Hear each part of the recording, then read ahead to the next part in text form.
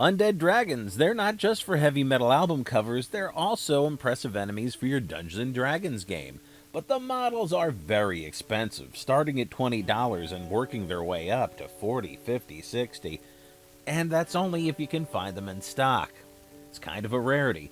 I think that's asking a lot for a creature you're only going to use once, maybe twice per campaign. I mean, I have an idea for a campaign where you could use Dracoliches a lot. Let's say you've got a necromancer who has a scroll or an item that allows him to resurrect dragons. Then, sure, maybe buy that $40 Dracolich model because you're going to use it a lot. But for everybody else, big investment for something that's going to just sit on your shelf most of the time. So today, I'm going to show you how to make a Dracolich/zombie dragon for just a couple of bucks. Come on, let me show you. We're going to use this dollar store Allosaurus, a skull from the Dinosaur Skulls tube. We've got our skeleton garland, the same one we used with our bone devils. I've got a stem of an artificial plant, I think it was flowers. And this project also relies heavily on 2-part epoxy and 2-part epoxy putty. Now I'm going to start by washing everything with a toothbrush and some warm water and some detergent. I'm then going to cut the stems off of our fake bouquet. I'm going to break this down. I just need some of the smaller sections here. And I'm going to clip them and cut them and decide which ones work best for my dragon. These are going to be our dragon wings. Let's get the tag off of that dollar store Allosaurus. Hello, Allosaurus. His name is like hello with a saurus coming out. And then let's cut his weeny little arms off. We won't be using them. I'm cutting them off with my heavy wire cutters. After that, we're going to remove his head. I wasn't sure how much to remove.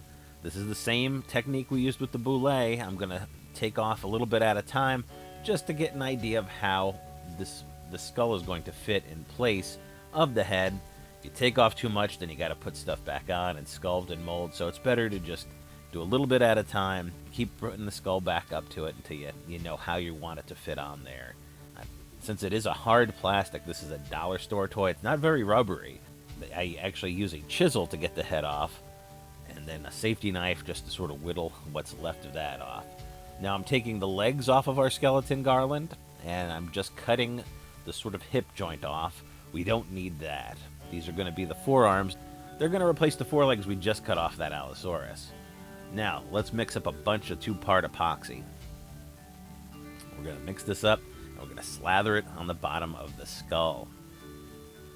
Doesn't matter if you've got a lot, doesn't matter if it's goopy and messy, it works just fine for this project. In fact, it works a little better if you've got some extra there. Now we're just going to sit that upon our dinosaur body. And then we're going to attach those legs the same way. They're going to become forelegs. And then I'm going to cut a couple of holes in the back and put those stems into the shoulder blades. And those become the basis of our skeletal wings. Now I'm going to chop up some popsicle sticks here, or some craft sticks. And I'm cutting them at a 45-degree angle. And I'm basically making a bunch of triangles. I'll show you what those look like in a second. Cut up. It's okay if they break apart. It's okay if they're jagged and uneven. In fact, it's preferable that they be that way. These are going to be our back spines on our dragon. This will make up the plating. Now I sort them by size. I get them to increase in size and then to decrease back down. So it looks kind of natural. Now I'm just using some hot glue to stick this on the back of the dragon here. Because it's wood and plastic, hot glue is fine. The wood is very porous, and it'll adhere to that very strongly. Not as strongly to the plastic, but in general, this is fine. When I was finished with this, they felt rock solid. Haven't had any come out. So it seems to be doing the job. If you don't think hot glue is up to the task, you can certainly use E6000 or mix up some more of that 2-part epoxy. That'll work too. I was just going with hot glue because it's pretty quick. And here are our spines when they're all put on. Looks pretty good to me. Now, it's going to look even better when it's painted up, of course. Going to punch a hole into the bottom of our can lid. This is a can lid cut with a safety can opener. Don't use a can lid cut with a regular can opener. You will slice your fingers up. So I'm going to punch a hole through it with a nail. And then I'm going to Dremel a tiny hole into the foot of our dinosaur. And then we're going to take a machine screw and bring these two elements together. I'm just going to screw into the foot through the cantle. We've got a nice dirt cheap base for our Dracolich. And he's starting to come together. Now, we're going to use the same technique we used with the Bone Devils on the forelimbs. They're a little weird looking, they're a little weenie looking, and I just want to cover up some parts of them, particularly the joints, where it meets the fleshy body and where the joints are. I'm going to cover it up with some paper towel. In this case, I'm using some really cheap napkins from a fast food place. I wanted to try a different texture, something even thinner, and I think it really works even better. It's something that's less textured and less substantial, so the glue is really, it's just like sort of a platform for the PVA glue. We're just mixing water into that napkin with some PVA glue, and then we're draping it onto those forelimbs. And of course, we're going to do the same thing with the wings. These will be the tattered remnants of the once living wings of our Dracolich / zombie dragon. And the more ragged these look, the better.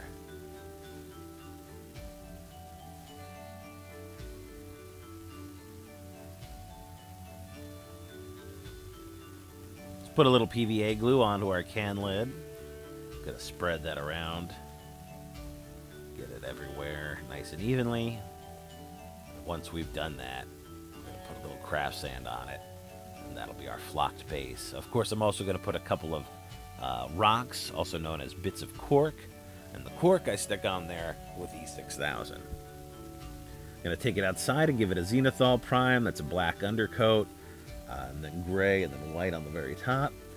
I am going to come back with a 2-part epoxy and build claws for it. I build a little gruel, a little horn on the nose to make it a little more draconic.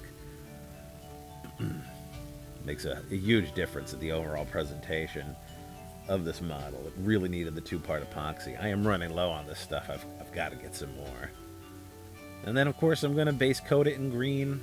This is sort of a blue-green because I'm trying to actually make a... I think a blue Dracolich is kind of a classic and looks really nice.